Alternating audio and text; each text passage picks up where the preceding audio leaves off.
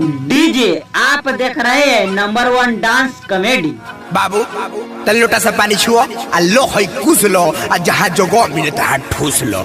बाबू तनी है ने देखो, अरे पान गुटका सिगरेट बीड़ी आ दारू पियाला के बाद भीड़ा भीड़ी ई कुल करे लो कि ना जी पंडित जी उहो होला। लड़की पक्ष तनी है ने देखो जाओ, अरे लड़का झूठ ना बोले सही आ एकरा संगे लड़की ना रही लड़का पसंद बा। अरे जी पंडित जी आ जब जब पीही दारू ताड़ी आ लड़की के तब खूबे मारी लड़का पसंद बा। जी पंडित जी अरे टीबी कैंसर से ही मरी आ लड़की तहार विधवा करी लड़का पसंद बा। अरे हो मर्दवा पसंद बा। ए बिया काय मुंह काहे बैठे हो? हमरा तो सुनने में लगे तोर शादी कट गई बा। कैसे कट गई ओकरा बारे में बतावा। लोग शादी कटावा कहता बुरा बकवा अब कहे मुहावा में मरल बलकवा।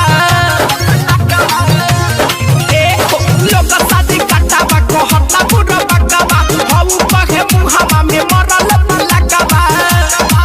मन कइले बिया हमारा के माई ए बाबू ए बाई ढूंढ ढूंढ। अरे हाथ होने तोर मुंह बसाता। जाई बारात को बघोड़ी पर चढ़ के सुते में कप में हजारू पकड़ के।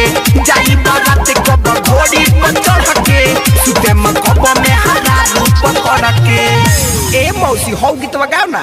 गाड़ी के गोबारा महादेव आंगना लिपाई गजमातिया हो महादेव चौका पुराई सुनिए शिवा शिवा के दोहाई। ओम ओम सटा सटंतम पटा पटंतम आँख मरंतम हाथे हिलंतम ई गुणकुल तहरा में बा।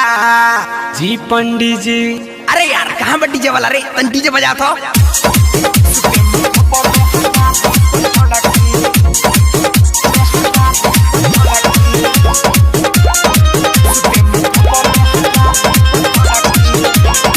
भीतर जवानी के दानो तछाता मजा के रस सुजनी पर छिटाता। ए हो भीतर जवानी के दानो तछाता मजा के रस सुजनी पर छिटाता। सुन कहता नियम बना के पाई ए बाबू बाई। अरे बाग ससुआ जो ने बाले जो। जाई बारात को बघोड़ी पर चढ़ के सुते में कप में हजारू पकड़ के। जाई बारात को बघोड़ी पर चढ़ के सुते में कप में हजारू पकड़ के। लोग शादी कटावा कहता बुरा बकवा हऊ कहे मुहावा में मरल बलकवा। मन कइले बिया हमारा के माई ए बाबू ए बाई ढूंढ ढूंढ। अरे हाथ होने तोर मुंह बसाता। जाई बारात को बघोड़ी पर चढ़ के सुते में कप में हजारू पकड़ के। जाई बारात को बघोड़ी पर चढ़ के सुते में कप में हजारू पकड़ के।